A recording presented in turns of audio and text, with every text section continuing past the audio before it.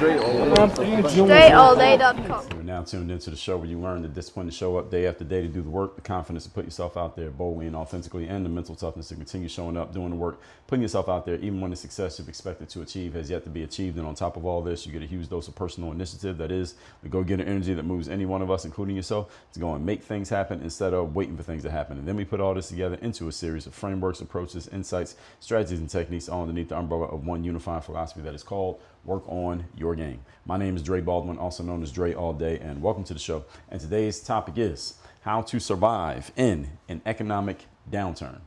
Now, every time a new president takes office, all the people who don't like the new president, they tend to predict doomsday for everybody who voted for the president who won. And they completely discount the reality that any bad thing that happens to the people who voted for the new president, that same bad thing also happens to you. So if you didn't vote for the current president, whoever it is when you happen to be listening to this, and you're like, well, these idiots who voted for this person, they're going to cause bad things for themselves. Understand those same bad things will also apply to you. You're not exempt. It's not like you get to live one life because you voted for one person and other people live a different life because they voted for a different person. It applies to everybody. I'm just using that as a canvas here because everybody can relate to and understand it. But this is not specifically about a president. It's about how you can make sure that if and when things do start to go in the direction that you don't want them to go in terms of economics, which often people label this as the fault of whoever has won the presidency, whoever's in the White House. They like to blame it on that individual, whoever that is. Oh, this person won, so now we're in a worse position, or this person won, so now we're in a better position. I'm here to let you know that you can make sure that no matter what direction things go, whether you wanted it or not, and this is an inevitability of life, things sometimes will go the way you don't want them to go, because every upturn has a downturn. Here's what you can do to make sure you can not only survive, but possibly thrive. Point number one.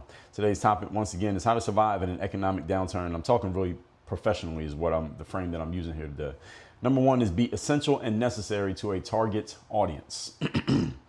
This can apply whether you are employed or an entrepreneur or a freelancer or somewhere in between any of those. Be essential and necessary to a target audience. This is the key to everything, and one that you should remember if you take only one thought from today's masterclass episode. Essential and necessary to a target audience. All three of those. Let's break down what each one of these terms means.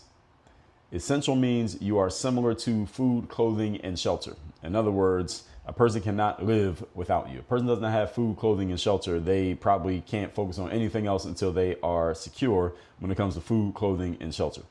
Whatever you are bringing to the table to a certain person, that's your target audience, their life, their career, their business, whatever it is, they see you and or whatever you offer as absolutely necessary and not a luxury that they could go with or without.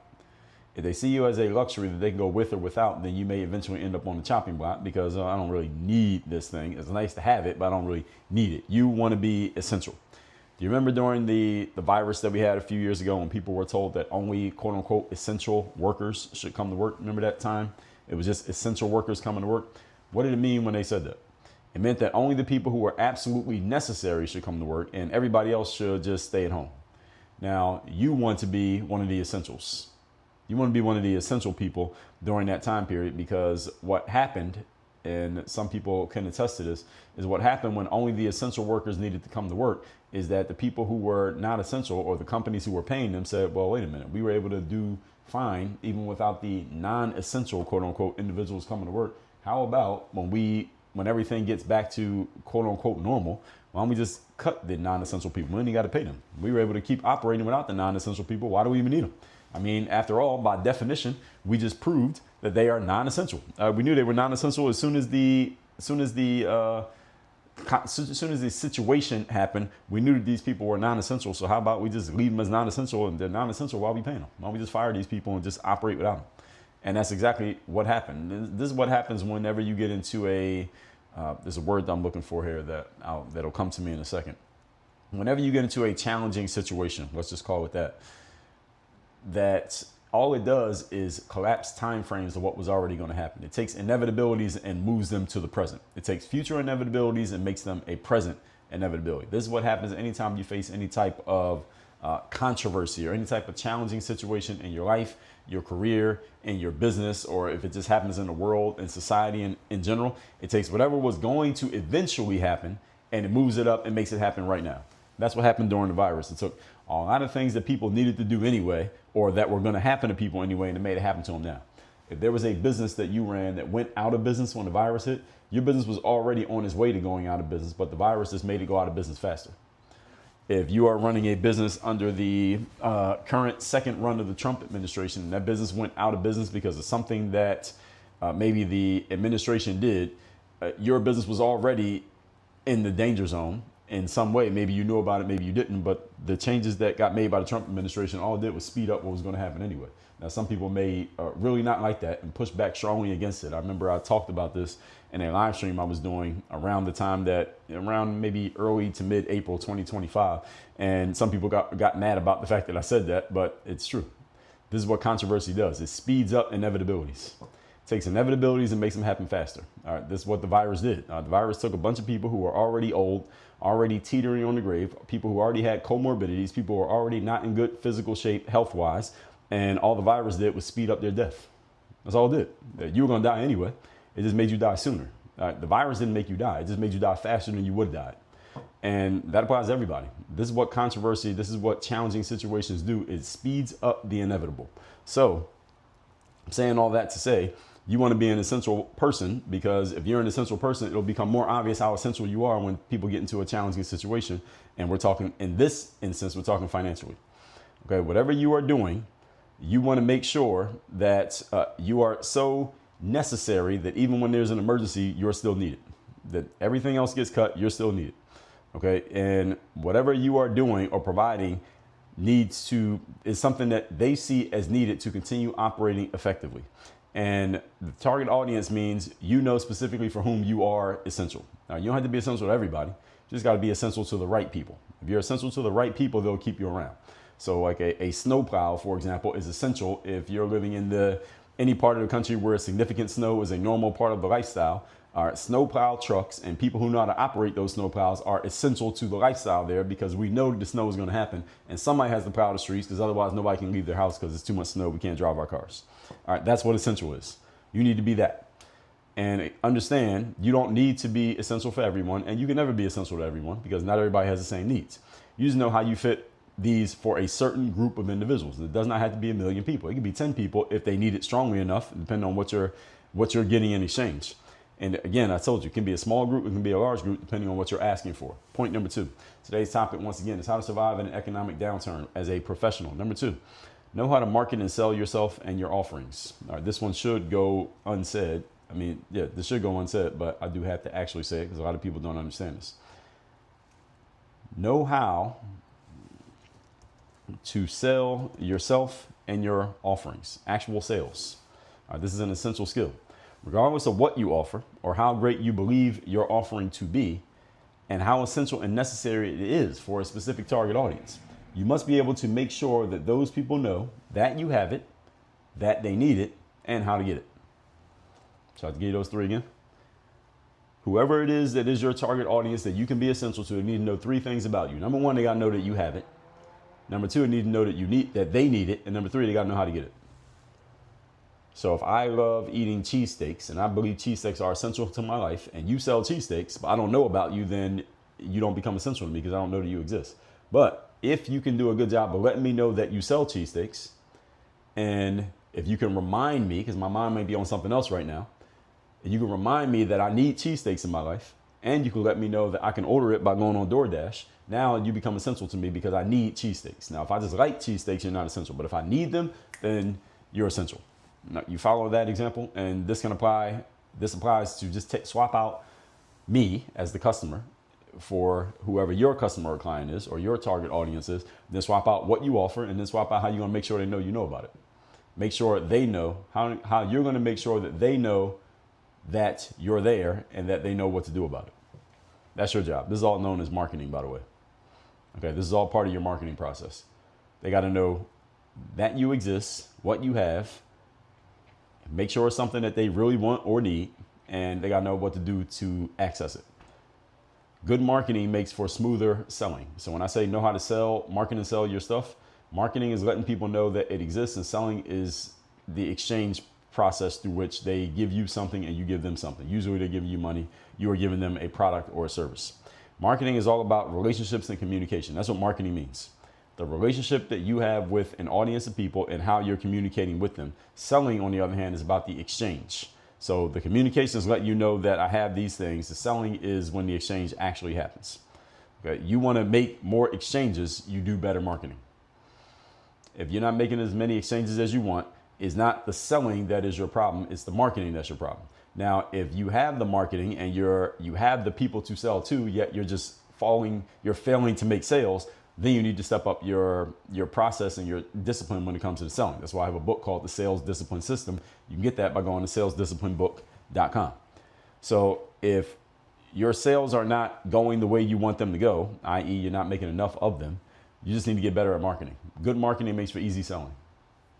And the best salesperson in the world cannot sell to a customer that doesn't exist. They can't sell to prospects who aren't walking through the door. They need people to sell to.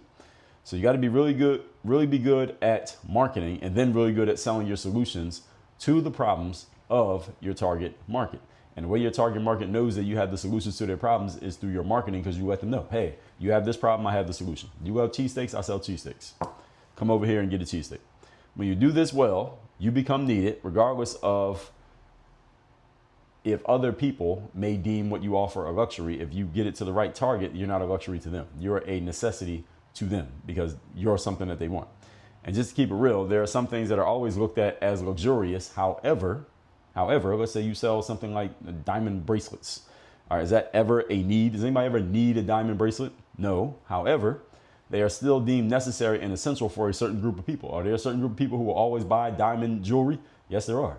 If you know who they are and you know how to get in touch with them, you know how to market to them, then you can keep selling to them even when they may be cutting back on other luxuries. Why? Because they deem that a necessity for them.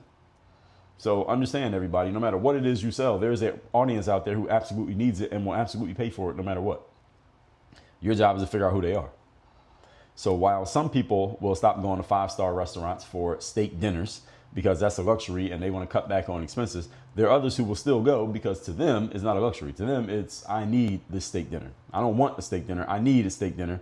And remember, not everybody's the same. Not everyone operates by the same value system. Your job is to find the people whose value system aligns with what you're offering and make sure you put yourself in line with that system so that you can collect some of what they're giving out to get what they want, i.e. need, what they want and need. Point number 3. Today's topic, once again, is how to survive professionally in an economic downturn. Number 3, master your mindset and your emotions. We just talked about this, and we talked about the 3 fundamental laws of energy, foundational laws of energy. Mastering your mindset and emotions. Remember, energy cannot lie, and your energy precedes you. Whatever energy you put out is the energy you get back, known as the law of association, the law of karma, the law of vibration, all the same thing. Your mindset and emotion controls the mindset and emotions of the people you engage with. This is not only so that you do not lose control when or if things get challenging for you. It's also because the energetic law of vibration that we just talked about, the law of association, which you know about, we just talked about this in the laws of energy. People associate with the energy and the vibe that they get from you. They associate the energy and the vibe they get from you with a certain feeling. There's a certain feeling that registers in other people when they register the energy and vibe that is coming from you. So they feel the energy you're putting out there.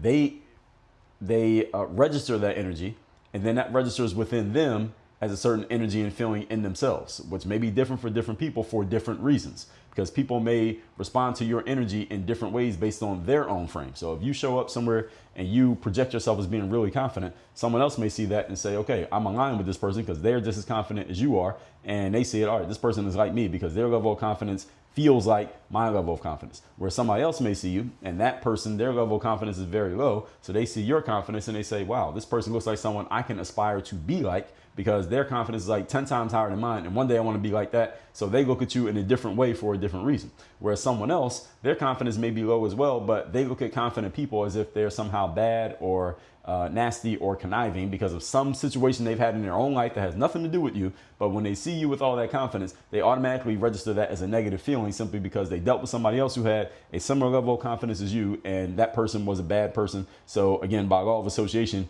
you are a bad person to them. They don't even know who you are. Do human beings do this? Yes, they do. All the time. All of you have probably had somebody do it to you, and whether you know about it or not, you've had people do this to you because you represented through your energy something from their past that had nothing to do with you, but they put it on you.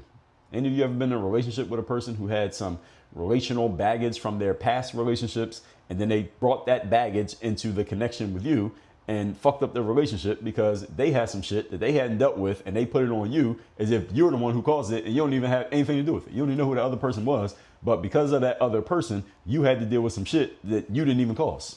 Any of you ever had that happen? Of course you have. Again, this is not your fault, but this is how it happens sometimes. Sometimes people make associations based on what they see in you that have nothing to do, that has everything to do with you and nothing to do with you at the same time. It depends on their frame. Yeah, so if I see somebody who projects themselves being really confident, I'm looking at them like, it's interesting. I wonder how they built that confidence. I'm just going to get curious about how they built that confidence because I know what it takes to have that level of confidence. I've seen it. I've done it. I've taught it. So when I see somebody else with it, I'm interested. It's interesting. This person seems to have figured it out somehow, some way. And if I see someone who has a low level of confidence, I'm looking at that and I'm trying to figure out, all right, where did this person come from? Why are they looking at it like that? I'm getting curious when I just see people. I'm just trying to figure out, where is it coming from? Or this person projecting something? Is this real? Is this how they are all the time? I'm looking, and hopefully I can see them again, so I can see what kind of consistency I'm getting in that person. But this is all just based on the way that I think, because I'm a person who's thinking this way when I run into things, because I'm always thinking of how can I look deeper into what I'm seeing, break this down, and maybe it becomes some more material that I create. Why? Because I create a lot of material. So this is just one of the frames that I have when I run into things. What can I do with this? How can I use this? How can I repurpose this experience into something more than what it was? How can I repurpose this pizza delivery into a blog post or an episode of my show? Now, I think like that naturally because I've been doing it for so long. Other people take the exact same situation and they have a completely different frame they put around it because of their own life experience. I'm saying all that to say this. All right, mastering your emotions and mastering your mindset and your energy, that plays a huge role in how you present yourself out to the world, and how you present yourself out to the world determines largely how other people decide to respond to you.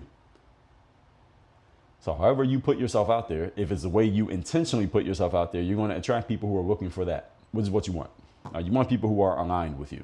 I told you about psychographic alignment. If you didn't hear my episode on that, that was episode number 3242. I did a 2-part series on psychographic alignment, which is all about how do you get the right people to connect with you for the right reasons that are in between their ears and their heads, not demographic reasons, which are fine too. I mean, if you're a mother over 40, then other mothers over 40 may connect with you. That's a demographic reason. But what you really want is the psychographic reasons. Not only mothers over 40, but mothers over 40 who have similar beliefs about life that you have and similar beliefs about parenting that you have. Those are the people you really want to connect with, because those are the long-term connections that aren't going to go away, even if the demographics happen to change. So when things start getting challenging for anyone, ladies and gentlemen, understand that people associate that energy with vibes and feelings. They come up with logical explanations for why they made the decision, even if it's completely illogical. And when things get challenging for people, the worst thing you can do is to be mentally or emotionally panicking, because that's a low vibration, that's a low frequency vibration. And when you're on a low frequency, you attract other low frequencies. Low frequencies tend to not want to do things to step forward, move forward, take action, take initiative, etc. And we're talking about professional survival here, or professional thriving. You can't do that from a low frequency energy. It's not possible.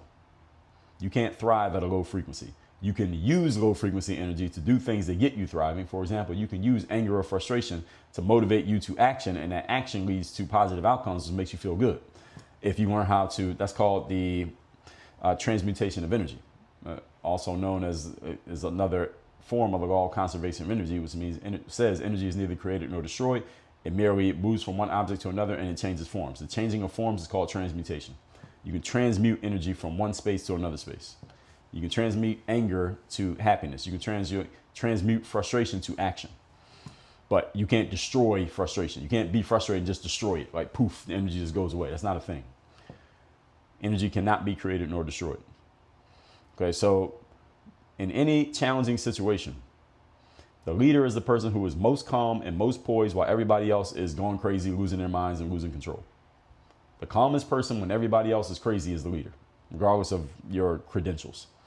The best time to master your mindset is when things are calm, when you have the mental space to build up your mental conditioning and program your subconscious mind.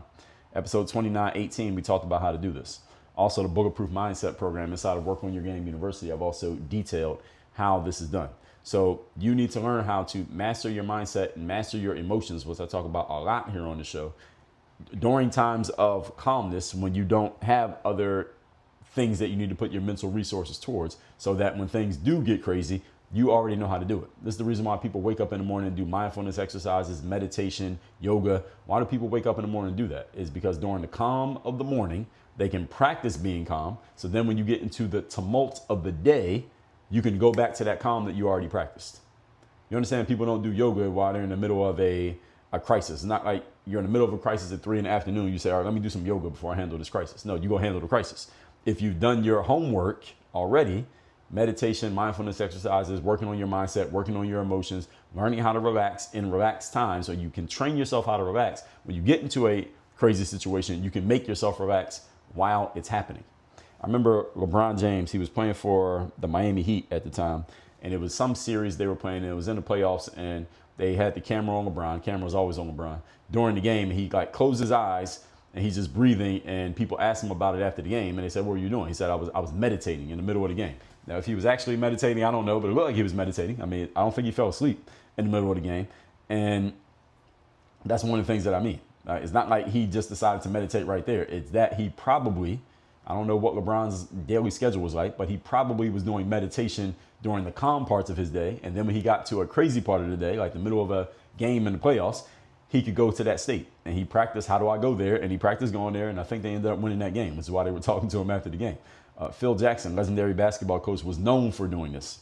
He was known for getting his team into he's doing like these mindfulness exercises with his players during the calm times of the season, so that when they got into crazy times, Phil was famous for when the other team would be making a run against his team. Let's say they scored 10 straight points on his team and the crowd was going crazy.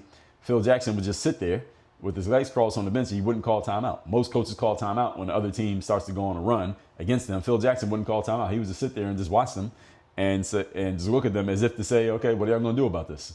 And his team would figure it out. And Phil explained in one of his books, he talked about this, like, this is my way of helping them understand how to help themselves in that moment and not looking at me to bail them out. I'm not going to call timeout and save you. Y'all figure it out right there on the court, because in the playoffs and in the championships, we're going to come into a situation like this again, and you can't just be looking at me. Y'all got to look at each other.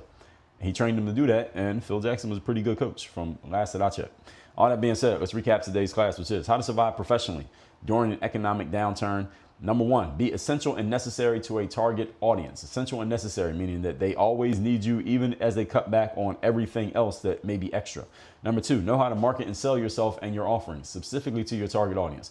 Marketing is about the communication and relationship. Selling is about the exchange, and your offering is the thing that you're giving them, your product or your service. And number three, master your mindset and emotions. When your mindset is at a high frequency, you attract high frequencies. You can even stimulate and influence high frequencies in others when you are at a high frequency. And it's the same thing where you're at a low frequency. Usually, if you're going to get people to do things with you and to take steps forward that they otherwise never took with you, you have to get them on a high frequency energy. A low frequency is probably not going to do it. There are some exceptions, but for the most part, you got to get on the same vibe, the same wavelength as the people whom you would like to influence. And you got to get them on your wavelength if you want them to do what you want them to do. You may have to meet them where they're at and then move them to where you're at in order to get them to do what you want to do. And again, if you want to survive in any type of downturn, this is much more about your positioning, much more about your mindset, much more about your energy than it is about anything else. These are all things that you can learn. These are all things that can be strategized for. These are all things that can be systematized. All that said, Work on Your Game University, this is exactly what we work on. Mindset, strategies, systems, and accountability for complete implementation with my direct help as your coach the entire way through. Go to workonyourgameuniversity.com to learn more about that. And make sure you check out my chat bot, Dre GPT. You go to dreallday.com/AI. Work on your game. Dre all